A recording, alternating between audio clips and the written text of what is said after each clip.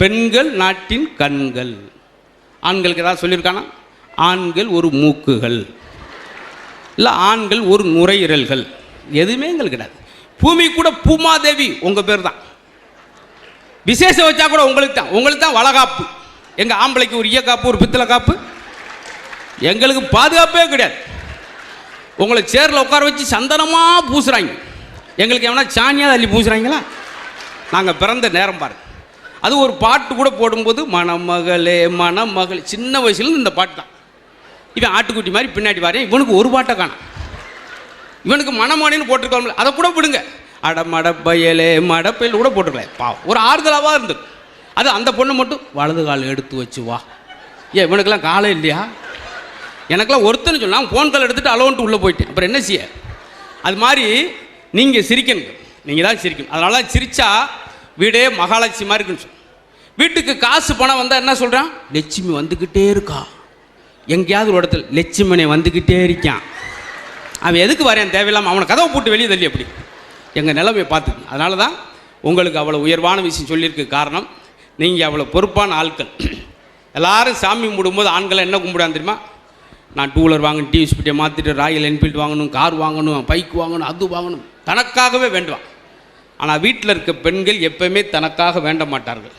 என் கணவர் வேலைக்கு போகிற இடத்துல பாதுகாப்பாக போயிட்டு வரணும், அவர் ஆரோக்கியமாக இருக்கணும், என் பிள்ளைக்கு நல்ல இடத்துல மாப்பிள்ளை கிடைக்கணும். அப்படி எப்பவுமே. அதனால தான் உங்களுக்கு அவ்வளோ மரியாதை. ஒரு பொண்ணு கூட சிரிச்சா என்ன சொல்கிறேன்? க்யூட்டாக சிரிக்குது அப்படின்னு வாங்கி. ஆம்பளை சிரிக்க போடா இழிச்சாப்ப வாய பொழந்துக்கிட்ட. அது மட்டும் க்யூட்டி, எங்களை மட்டும் இழிச்சாப்பே. பார்த்தீங்களா? இதுதான். அப்படியே அந்த பெண் குழந்தை தப்பி வந்துச்சுன்னா ஆஹா எப்படி வரப்பு. நம்ம தவட்டும் குரங்குட்டி மாதிரி தவறி அம்பார் அவங்க அப்பனை மாதிரி. அப்படி. அதனால் நல்ல மகிழ்ச்சி. இந்த சந்தோஷம். இந்த இடம் புத்தகம் என்பாலே ஒரு கோயில் தான். இந்த இடத்துல வந்திருக்கவங்க சிரிக்கும் போதே இது ஒரு கோயில் மாதிரியே தோணுது. பார்த்தீங்களா? எல்லா இது. ஏன்னா சிரிக்கிற குழந்தைகிட்ட, அடுத்த தலைமுறை சிரிக்க வச்சு வர்ற குழந்தைகிட்ட வன்முறை இருக்காது, குரோதம் இருக்காது, கெட்ட காரியங்களை செய்ய மாட்டான். அதான் முக்கியமான விஷயம். இந்த சிரிப்பு அவ்வளோ விஷயத்தை செய்யும் சார். பார்த்தீங்களா? நான் ஒரு விஷயம் சொன்னேன். பார்த்தீங்களா? ஏன் பூக்கள் எல்லாருக்கும் பிடிக்குது? எல்லா இடத்துலையும் எதுக்கு பூக்களை பிடிக்கும்? எல்லோரும் ஏன் பூவா பார்த்தோன்னு ஆசையாக பிடுங்குறோம்? அது சிரித்து கொண்டே இருப்பதால் பூக்களை எல்லாருக்கும் பிடிக்கிறது.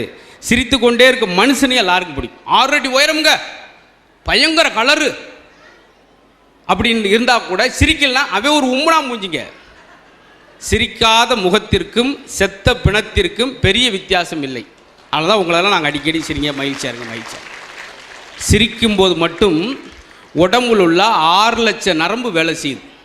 அங்கே ஒரு அம்மா பெரிய டாக்டரு, பெரிய படித்தானாக்கும், இவன் என்னைக்கு எண்ணி பார்த்தியான் அப்படிலாம் சொல்லக்கூடாது. சரின்ட்டு போயிடணும். திடீர்னு வந்து கேள்வி கேட்டுனா என்ன செய்ய முடியும்? யாரெல்லாம் சிரிப்புக்கு நேரம் ஒதுக்கலையோ அவங்க ஊரா டாக்டருக்கு நேரம் ஒதுக்கிடுவீங்க. பார்த்துக்கு. ஏன்னா ஒன்றும் தப்பாக சொல்ல. இப்போ ஒரு ஆள் டாக்டர் போய் உட்காந்தோடனே டாக்டர் சொன்னார், மெதுவாக கையை தூக்குங்க, அப்படியே தூக்குங்க, அப்படியே இறக்குங்க, காலை நீட்டுங்க, இடிக்குது உள்ள மடக்குங்க, மூச்சு விடுங்க, சட்டையை கலத்துங்க, முதுகை காட்டுங்க, காட்டுங்க, பல்ல விளக்குங்க, மூக்கை காட்டுங்க, முடியை வெட்டுங்க. 3/4 மணி நேரம் கழித்து அவன்கிட்ட போய் என்ன செய்யுது? அவன் என் பொண்ணுக்கு சடங்கு பத்திரிக்கை கொண்டு வந்தேன் அப்படின்னா பிஞ்சு உன்னை செருப்படுத்து அவரே அடிச்சிருக்கார். ஐயோ முதலே சொல்ல வேண்டியானியா, நீ முதலே கேட்க வேண்டியானியா? ஐயா நாக்கு நட்டு மூக்கு நட்டு ஒரே தான் நீட்டிகிட்டே போறியா? சின்ன இது நம்மளுக்கு தேவையா சார்? நல்லா சொல்கிறேன், ஞாபகம் வச்சுக்கோங்க. உங்களுக்கு மன அழுத்தம் ரொம்ப ஸ்ட்ரெஸ்ஸாக இருக்கிறப்ப நீங்கள் செய்ய வேண்டிய 2 விஷயம். மெல்லிசான ஒரு இசையை கேளுங்க. தயவுசெய்து ஒவ்வொரு இசைக்கும் ஒவ்வொரு ராகத்திற்கும் ஒரு நோயை குணப்படுத்துகிற சக்தி இருக்குது. புன்னாக வரி ராகம் கேட்டிங்கன்னா மேடைக்கு பாம்பு வரும். அமிர்த வரிசை ராகம் கேட்டிங்கன்னா மலையே வரும். ராகத்திற்கு அந்த மகத்துவம் உண்டு. ஆனால் மன அழுத்தம் வரும்போதெல்லாம் மெல்லிசாக ஒரு பாட்டை கேளுங்க. நீங்கள் வாட்டுக்கு டங்கா டுங்காட்டு அவுட்டு காட்டினா இருக்கிறது டப்புன்னு இதையும் துடிச்சிடும். மெல்லிசாக கேட்கணும், அதான் ரொம்ப முக்கியம். அதே போல் ஒரு நகைச்சுவை கேட்டு கண்ணில் தண்ணி ஒரு அளவுக்கு சிரிக்கிறவளுக்கு நோய் நொடியே கிடையாது. நம்மாழ்வார் இயற்கை விஞ்ஞானி என்ன சொல்கிறாரு தெரியுமா? உலகத்திலே 2 நீர் தான் ரொம்ப ஆரோக்கியமான நீர். கண்ணில் வரக்கூடிய கண்ணீரும் வாயிலிருந்து வரக்கூடிய உமிழ் நீரும். இந்த உமிழ் நீர்னால எந்த புண்ணையும் ஆற்றக்கூடிய சக்தி இருக்குது. அதுதான் பூனை நாய் எல்லாம் பாருங்களேன், தான் புண்ணு அப்படியே நாவால் நக்கிக்கிட்டே இருக்கும், உடனே ஆறிடும். அதுக்கு எங்கே ஆஸ்பத்திரி போயிருக்கா நாய்க்குட்டி? கிடையாது. அதனால் ரொம்ப ஆரோக்கியமான விஷயம், அதைத்தான் நம்ம மேடையில் பேசுகிறோம். முன்ன மாதிரி ஆரோக்கியம் இல்லைன்றோம். அன்றைக்கெலாம் திரும்புகிற பக்கம்லாம் எங்கேயா ஜிம்மு இருந்துச்சா, உடற்பயிற்சி கூட இருந்துச்சா? இப்போ திரும்புகிறவக்கெல்லாம் உடற்பயிற்சி கூட. காலையில் மெரினா பீச்சை பக்கம் பார்க்குற ஒரு 60 பேர் ஷூ சாக்ஸும் போட்டுக்கிட்டு சவுண்ட் அதிகமாக இருக்குது, பெர்ஃபார்மன்ஸ் கம்மியாக இருக்குது. கை கால் இழுக்குத ஒழிய மூவ் ஆக மாட்டேங்கிறான். அவன் வலது பக்கம் போகிறேன், வகுறு இடது பக்கம் இழுத்துட்டு போகுது. அதுலேயும் நெகட்டிவ் பாசிட்டிவாக எடுத்துக்குங்க. தொப்பை இருக்கேன்னு வருத்தப்படாய். யாராவது போட்டோ எடுக்கும்போது வகுத்த உள்ளே இழுப்போம், பின்னாடி இருக்கவன் சொல்லுவேன் என்ன முதுகு இங்கே இடிக்குதுனே, பார்த்தீங்களா? அது ஒன்று நடக்கும்.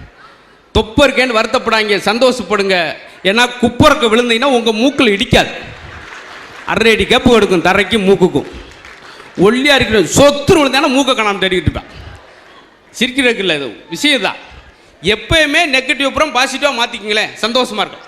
அது மாதிரி இந்த வாக்கிங் போகிறேன் சொல்கிறேன், ஒருத்தன் வகுத்திருச்சலோட என்ன அம்மாப்பில் 8 வருஷமாக வாக்கிங் போகிறேன், 1/2 கிலோ வெயிட் கூட குறையலையே, எப்படா வாக்கிங் போகிறேன்னு பார்த்தா 4 ஸ்டெப்பு போகிறேன் சார்.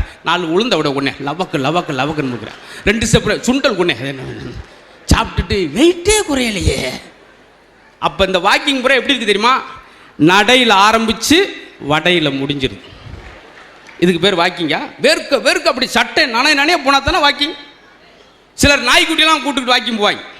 ஒருத்தர் நாய்க்குட்டியை கூப்பிட்டு வாக்கிங் போனேன், ஒரே வாரத்தில் 2 கிலோ வெயிட்டு குறைஞ்சிருச்சு. நாய்க்குட்டிக்கு, அவனுக்கு இல்லை. அங்கிட்டு இழுத்து இங்கிட்டு இழுத்து தப்பிட்டு ஓடிடுது. அதே போல் இந்த தொகுப்பெல்லாம் எடுத்து ஏன் பேசுகிறது?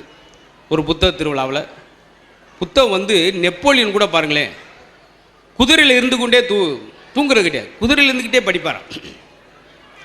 ஜவஹர்லால் நேரு அவர்கிட்ட கேட்டாங்க, எப்படி சார் மேடையில் அழகாக பேசுகிறீங்க, அதுக்கு என்ன காரணம் அப்படின்றதுக்கு நேரு அவர்கள் சொன்னது, நான் நேரத்தை திருடுகிறேன் அப்படின்னார். எப்படி? என்னுடைய உதவியாளர் வெளியே நிற்பார், என் பெட்டிக்கு அடியில் புத்தகம் வச்சுருப்பேன், அவர் உங்களை 5 மணி நேரம் தூங்க சொல்லியிருப்பார், நான் அதுக்கு தெரியாமல் அந்த பெட்டிலேருந்து எடுத்து நான் புத்தகத்தை 1 மணி நேரம் படிப்பேன் அப்படின்னு சொல்கிறாருன்னா அதுதான் பெரிய விஷயம். அப்படி வாசித்தவர்கள் பூரா வெற்றி அடைந்திருக்கிறாள் சார். நான் அன்றைக்கெலாம் அந்த அசத்தப்போ அந்த மாதிரி நிகழ்ச்சியெலாம் பேச சொல்லும்போது ரொம்ப சிரமம் எடுத்து தான் பேசுவேன். ஏன்னா ஒரு நாளைக்கு 5 எபிசோடு பேசணும். அப்போல்லாம் யூடியூப் இல்லாத காலம், ரொம்ப கஷ்டப்பட்டு பேசுவேன், 1 மணி நேரம் பேசணும். அப்போல்லாம் படித்த படிப்பு தான் இன்றைக்கி உங்கள்கிட்ட இந்த கைதட்டல் வாங்குறதுக்கு எனக்கு உதவியாக இருப்பது அன்று நான் வாசித்த புத்தகங்கள். பார்த்தீங்களா? புத்தகங்கள் என்னென்ன சொல்லி கொடுத்துருக்கு பாருங்கள். 100 பேர் சிந்திக்க வேண்டியது ஒருத்தன் சிந்தித்தால் அவன் கவிஞன், 100 கவிஞர்கள் சிந்திக்க வேண்டியது ஒருவன் சிந்தித்தால் அவன் மேதை, 100 மேதைகள் சிந்திக்க வேண்டிய ஒருவன் சிந்தித்தால் அவன் ஞானி, 100 ஞானிகள் சிந்திக்க வேண்டிய ஒருவன் சிந்தித்தால் அவன் தீர்க்கதரிசி, 100 தீர்க்கதரிசிகள் சிந்திக்க வேண்டியது ஒரு ஆள் சிந்தித்தால் அவன் தான் இறைவன் அப்படின்னா. பார்த்தீங்களா? அப்போ எவ்வளவு இருக்கு பாருங்க. இந்த காலம் கூட இந்த நேரத்தை விரயம் பண்ணக்கூடாதுன்றதுக்காக நல்லா வேகமாக பேசியிருப்பார். எல்லாருக்கும் காலம் ரொம்ப முக்கியமானது. காலத்தை பற்றி அவ்வளோ விஷயம்லாம் பெருமையாக சொல்லுவாங்க. அதே போல் பணமெல்லாம் மகிழ்ச்சியே கிடையாது சார். ஆப்பிள் கம்பெனி ஓனர் என்ன எழுதி வச்சுருப்பிருக்காரு தெரியுமா? சுயசரித்தில் 58 வயசில் என்னோட உயிர் போயிடுச்சு, உயிர் பிரிய போகிறேன், இவ்வளோ சம்பாத்தியம் அந்த சம்பாத்தியங்கள்லாம் என்னை காப்பாற்றவில்லை அப்படின்னு சொல்லி இன்றைக்கி ஆப்பிள் ஃபோன் வச்சுருக்குமே அதனுடைய ஓனர் சொல்லிட்டு போகிறார். அதே போல் அலெக்சாண்டர் உலகத்து புறம் தன் கட்டுக்கோப்பில் கொண்டு வந்தவே என்ன சொன்னான் தெரியுமா? கடைசியாக 3 ஆசையை நிவர்த்தி செய்யுங்கன்னு சொன்னேன் தளபதிட்ட. என்னங்க, என்னுடைய சவப்பெட்டியை தூக்கி செல்லும்போது அந்த தூக்கி செல்கிற 4 பேரும் டாக்டராக இருக்கணும், மருத்துவர்கள் தான் என்னை தூக்கி செல்ல வேண்டும். என்னை தூக்கி செல்லும் வழியில் நான் இதுவரை சம்பாதித்த தங்கம், பிளாட்டினம், வைரம் எல்லாத்தையும் தூவிவிட்டே செல்லுங்கள். என்னை அடக்கம் செய்யும்போது சவப்பெட்டிக்கு வெளியே என்னை கையை வைத்து வெளியே வைத்து பூட்டுங்கள். எதுக்குங்க குழப்பமாக இருக்குது? எதுக்கு அரசர் எப்படி செய்யணும் அப்படின்றப்ப அவர் சொல்கிறார், அலெக்சாண்டர் சொல்கிறார், எவ்வளோ ஒரு ஆளாக இருந்தாலும் உயிர் பிரியும் போது மருத்துவரை நினச்சா கூட காப்பாற்ற முடியாது என்பதற்கு தான் என் சவப்பெட்டியை மருத்துவர் தூக்கி செல்ல வேண்டும். நான் சம்பாதித்த பொருள் கூட என் கூட வரப்போவதில்லை அப்படின்றக்கு என்னுடைய நகைகள் ஆபரணங்கள்லாம் வீசிக்கொண்டே வாருங்கள். அதே போல் இத்தனை நாடுகளை என் கையில் கொண்டு வந்தேன், ஆனால் கொண்டு போகும்போது கையில் எதையுமே நான் கொண்டு போகவில்லை என்பதற்கு வெளியே என் கையை வைங்க. பார்த்தீங்களா? அது மாதிரி தான். ஆனால் இந்த நேரம் உலகத்திலே சிறந்த காலம், இந்த நேரம் நினச்சா சந்தோஷம். உலகத்திலே சிறந்த இடம், இந்த இடம் நினச்சா சந்தோஷம். உலகத்திலே சிறந்த நண்பன் பக்கத்தில் இன்னைக்கு நாளை